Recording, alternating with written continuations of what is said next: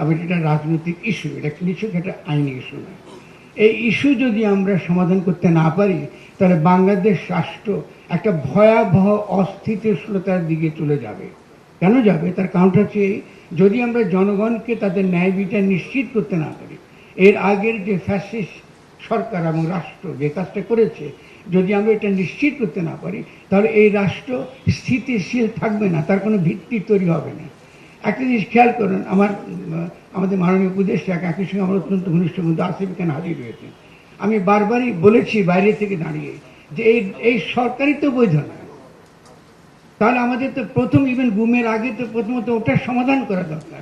যে আইনটা আমরা করব সে আইনের আগে যারা আইন করছে তারা বৈধ আইন প্রণেতা কিনা এটা তো আগে প্রতিষ্ঠা করা দরকার আছে। কিন্তু এতটা দিন চলে যাচ্ছে, আজকে ভারত পাকিস্তান যুদ্ধ শুরু হয়েছে, আমরা সাংঘাতিক রকম অরক্ষিত অবস্থায় রয়েছি, যে কোনো মুহূর্তে আপনার যে কোনো ঘটনা ঘটে যেতে পারে।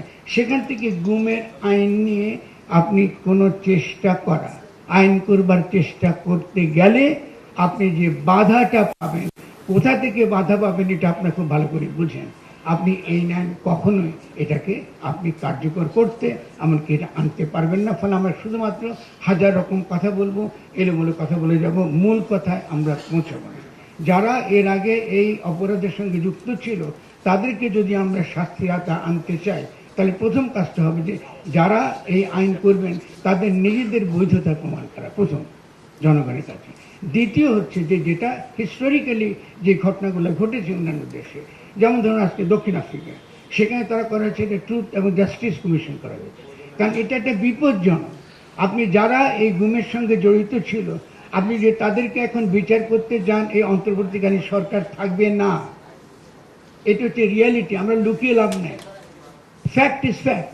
যদি তা হয়ে থাকে তাহলে আমাদেরকে অন্যান্য দেশের অভিজ্ঞতা থেকে যেতে হবে তারা কি করে এটাকে সমাধান করেছে।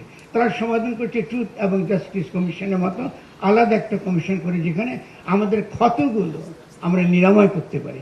ক্ষত নিরাময়ের কথা হচ্ছে প্রথমত গুম হয়েছে এবং যারা করেছে তাদেরকে প্রকাশ্যে আনা, এবং তাদের সম্পর্কে আমরা জানি, ইতিমধ্যে তাদের সম্পর্কে জানা আছে।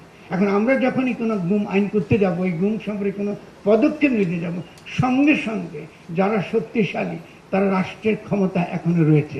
এই সরকার সেনা সমর্থিত উপদেষ্টা সরকার, তার কোনো ক্ষমতা নেই। আমরা যতক্ষণ পর্যন্ত রাজপথে আছি ঠিক ততক্ষণ তাদের ক্ষমতা থাকবে।